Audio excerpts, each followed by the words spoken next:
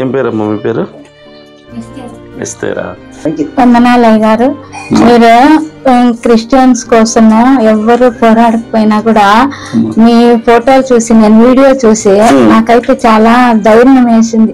చూడు మా కోసము క్రిస్టియన్స్ కోసము ఎవరు కూడా ముందుకు రాకుండా అందరూ వాళ్ళ పదవిని బట్టి వాళ్ళ యొక్క నాయకత్వాన్ని బట్టి వాళ్ళు చూసుకుంటారు. కానీ అన్న చూడు ఎంత బాగా ప్రాణము అంత త్యాగం చేసి మన కోసం ఎవరు పోరాడేది నేను పోరాడతానని ముందుకు వస్తానదే అన్నకి ఎంత ఇది ఉండదు, ఎంత మంచి మనసు ఉందని నాకు చాలా సంతోషం వేసింది అయ్య గారు.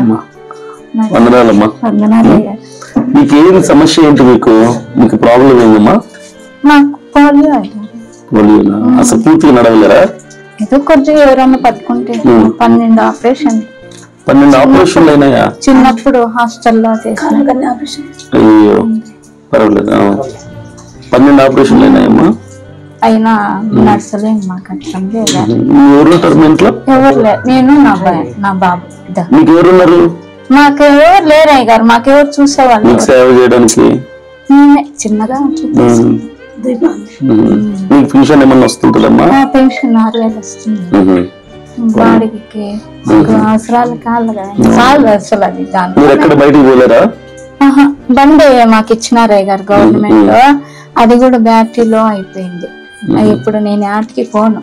ఎవరన్నా ఇట్లా పోతే ఎక్కలు ఏమన్నా వస్తే తెప్పించుకుంటా, లేకపోతే బాబు చేత ఏమన్నా కావాలంటే తెప్పించుకుంటా అంతే. నేను ఇంకేమి ఆటికి పోలేను నేను. మేము నా పేరు అభినవ్ అమ్మా, తెలుసా? అక్క చెప్పింది, అన్న చెప్పినారు, నాకు వీడియో పంపించినారు. నాకు చాలా సంతోషం మిమ్మల్ని చూస్తాను. అసలు మిమ్మల్ని చూడలేను అనుకున్నాను. అక్క చెప్పింది వస్తారు, మాకు ఏమనుకోరు వస్తారు అని చెప్తే మా ఇంటికి తీసుకురాకండి. మా ఇంటికి రాకుండా అంటే నేనే అన్నకు చెప్పిన, మీ ఇంటికి వచ్చినప్పుడు మమ్మల్ని పిలుచు, నేను మాట్లాడాలా అని అన్నా. నాకు చాలా సంతోషం అయింది కదా. మేము ప్రతి నెల బాగా అనారోగ్యంలో నీళ్ళు పేదవాళ్ళకి, అవసరంలో ఉన్న వాళ్ళకి ప్రతి నెల ఒక్కొక్కరికి 4000 5000 అట్లా హెల్ప్ చేస్తుంటాం. మా స్తోమత అయినట్టుగా. మేము క్రైస్తవులకనే కాదు, ఎవరైనా వాళ్ళ కులం మతం మాకు సంబంధం లేదు. దేవుని ప్రేమను బట్టి మనం ఏంటంటే మనకున్న దాంట్లో ప్రతి నెల కొంతమంది సాయం చేస్తుంటాం. సురేంద్రరావు చెప్పారు మీ గురించి, కాబట్టి ఇక్కడికి వచ్చాను మీ దగ్గరికి. ఒక 4000 రూపాయలు మేము హెల్ప్ చేస్తాము. మేమైతే మాకు ఇల్లు లేదు, మేము బాడీకి కట్టుకోవాలా అట్లా. మీరు ఇంత అసలు మీరు ఎక్కడే ఉన్నా కూడా మా గురించి మీరు ఇంత దూరం వచ్చినారంటే నాకు చాలా సంతోషం ఉంది. 4000 రూపాయలమ్మా, ఓకేనా? ప్రార్థన చేస్తాను, చిన్న ప్రార్థన చేస్తాను. వందనాలయ్య గారు. అయితే మర్చిపోనమ్మా, మమ్మల్ని జ్ఞాపకం చేసుకోండి, మాకు ఫోన్ చేస్తానండి అయ్య గారు. అందరికి ప్రైజ్ లార్డ్. తెలుసు కదా మీ అందరికి, ప్రతి నెల కూడా మనం అవసరతలో ఉన్న వాళ్ళకి, ఆర్థికపరమైన ఇబ్బందుల్లో ఉండి అసలు పూట గడవనటువంటి వాళ్ళకి, అనారోగ్యంలో ఉన్న వాళ్ళకి మన సిపిఎఫ్ తరపున మనము వాళ్ళ ఇంటి దగ్గరికి వెళ్ళి వాళ్ళ అవసరతను కనుక్కొని హెల్ప్ చేస్తున్నాం. ప్రతి నెల కూడా ఇది కొనసాగుతుంది. అదే క్రమంలో ఈరోజు సహోదరి ఎస్తరమ్మ గారి దగ్గరికి మేము వచ్చాం.